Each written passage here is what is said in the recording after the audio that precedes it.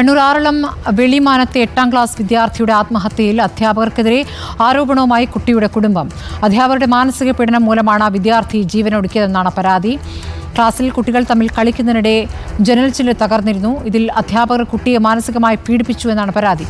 രക്ഷിതാക്കൾ ആറളം പോലീസിൽ പരാതി നൽകിയിരിക്കുന്നു. അർജുൻ കല്യാട് വിവരങ്ങളുമായി. അർജുൻ, എന്താണ് ഇപ്പോൾ കുട്ടിയുടെ കുടുംബം പറയുന്നത്? സ്മൃതി, അതായത് കണ്ണൂർ ഇരിട്ടി ആറളം വെളിമാനം സെൻറ്റ് സെബാസ്റ്റ്യൻ ഹൈസ്കൂളിൽ പഠിക്കുന്ന വിദ്യാർത്ഥിയാണ്. ആ വിദ്യാർത്ഥി കഴിഞ്ഞ ദിവസം ആത്മഹത്യ ചെയ്തിരുന്നു. ആത്മഹത്യ ചെയ്തതിൻ്റെ കാരണമെന്ന് പറയുന്നത് ഈ കുട്ടി കഴിഞ്ഞ ദിവസം സ്കൂളിൽ നിന്നും കളിക്കുന്നതിനിടെ സ്കൂളിൻ്റെ ജനൽച്ചില് തകർന്നു പോയിരുന്നു.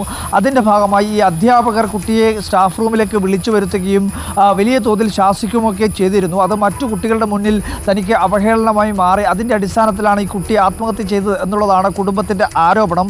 ഇതുമായി ബന്ധപ്പെട്ടുകൊണ്ടാണ് ഇപ്പോൾ ഈ അധ്യാപകർക്കെതിരെ നടപടി ആവശ്യപ്പെട്ടുകൊണ്ടും ഇതിനകത്ത് കൃത്യമായ തോതിൽ അന്വേഷണം നടത്തണമെന്നും ആവശ്യപ്പെട്ടുകൊണ്ടും ഈ കുട്ടിയുടെ കുടുംബം ആറളം പോലീസിൽ പരാതി നൽകിയിരിക്കുന്നത്. നമ്മൾ മനസ്സിലാക്കുന്നത് അധ്യാപകരുമായി ബന്ധപ്പെട്ടുകൊണ്ടും ഈ സ്കൂളുമായി ബന്ധപ്പെട്ടുകൊണ്ടും നമ്മൾ സംസാരിക്കുന്നതിന് വേണ്ടി ശ്രമിച്ചിരുന്നു. എന്നാൽ ഇത്തരത്തിൽ കുട്ടിയെ ഏതെങ്കിലും തരത്തിൽ മാനസികമായി സമ്മർദ്ദത്തിലാക്കണമെന്നോ അല്ലെങ്കിൽ മാനസികമായി പീഡിപ്പിക്കണമെന്നുള്ള ഉദ്ദേശത്തിൻ്റെ ഭാഗമായിട്ടല്ല, കുട്ടികളെ സ്വാഭാവികമായ രീതിയിലൊരു ശാസന എന്ന രീതിയിൽ മാത്രമായിരുന്നു ചെയ്തത് എന്നുള്ള വിശദീകരണം മാത്രമാണ് സ്കൂളിൻ്റെ ഭാഗത്തു നിന്ന് ഉണ്ടായിട്ടുള്ളത്. എന്നാൽ കുടുംബം ആരോപിക്കുന്നത് അങ്ങനെയല്ല. തുടർച്ചയായ രീതിയിൽ കുട്ടിയെ സ്റ്റാഫ് റൂമിൽ വിളിച്ചു വരുത്തുകയും ജനൽ ചില്ല് തകർന്നതിൻ്റെ ഭാഗമായി 300 രൂപ ഫൈൻ അടക്കണമെന്നുള്ള ആവശ്യം ഉൾപ്പെടെ ഈ സ്കൂളിൻ്റെ ടീച്ചേഴ്സും അതുപോലെ തന്നെ മാനേജ്മെൻറ്റ് പ്രതിനിധികളും എല്ലാം കുട്ടിയോട് ആവശ്യപ്പെട്ടിരുന്നു. അപ്പോൾ അതിൻ്റെ ഭാഗമായിട്ടാണ് കുട്ടിക്ക് മറ്റു കുട്ടികളുടെ ഇടയിൽ ഇരിക്കുമ്പോൾ പോലും അല്ലെങ്കിൽ ക്ലാസ് റൂമിൽ ക്ലാസ് എടുക്കുമ്പോൾ പോലും ചെറിയ തോതിൽ അവഹേളനമൊക്കെ നേരിട്ടതായി മറ്റു കുട്ടികളുമായി ബന്ധപ്പെട്ടുകൊണ്ടുള്ള സംഭാഷണത്തിൽ കുട്ടി പറഞ്ഞതായും പറയപ്പെടുന്നുണ്ട്. അതുകൊണ്ടുകൂടിയാണ് ഈ രക്ഷിതാക്കൾ ഇപ്പോൾ പരാതിയുമായി ഈ പോലീസിൽ സമീപിച്ചിരിക്കുന്നത്.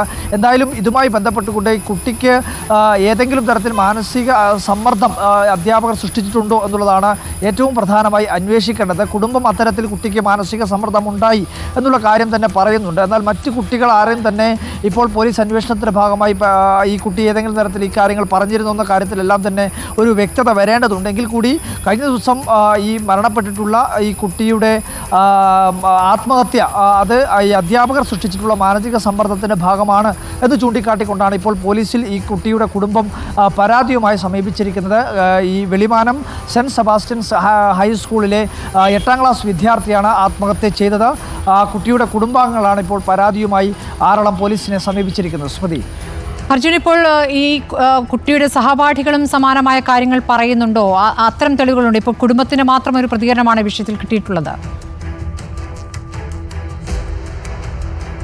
തീർച്ചയായിട്ടും കുട്ടികളെ നമുക്ക് ബന്ധപ്പെടാൻ വേണ്ടി കഴിഞ്ഞിട്ടില്ല. എന്നാൽ പ്രാഥമികമായി ഈ പറയുന്ന മരണപ്പെട്ടിട്ടുള്ള ആരോമൽ സന്തോഷ് എന്ന് പറയുന്ന ഈ കുട്ടിയുടെ ബന്ധുക്കളിൽ നിന്നും അടുത്ത ചില സഹപാഠികളുടെ രക്ഷിതാക്കളിൽ നിന്നൊക്കെ മനസ്സിലാക്കാൻ വേണ്ടി കഴിയുന്നത് ഈ പറയുന്ന രീതിയിൽ ഈ കളിക്കുന്നതിനിടെ ഇതിൻ്റെ ജനൽച്ചില്ല് തകർന്നിരുന്നു.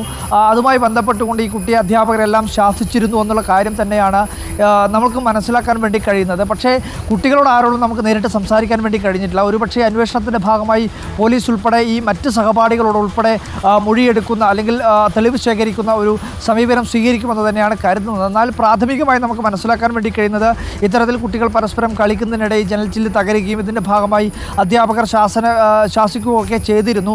സ്റ്റാഫ് റൂമിലേക്ക് ഈ കുട്ടിയെ അതിനുശേഷം വിളിച്ചു വരുത്തുകയും ഇതുമായി ബന്ധപ്പെട്ടുകൊണ്ട് ശാസനയൊക്കെ നടത്തിയിരുന്നു എന്നുള്ള പ്രാഥമികമായിട്ട്, അതായത് സഹപാഠികളുടെ രക്ഷിതാക്കളിൽ നിന്നും നമുക്ക് മനസ്സിലാക്കാൻ വേണ്ടി കഴിയുന്നതാണ്. മറ്റ് ഈ കുട്ടിയുടെ സഹപാഠികളിൽ നിന്നൊന്നും നമുക്ക് നേരിട്ട് സംസാരിക്കാൻ വേണ്ടി കഴിഞ്ഞിട്ടില്ല.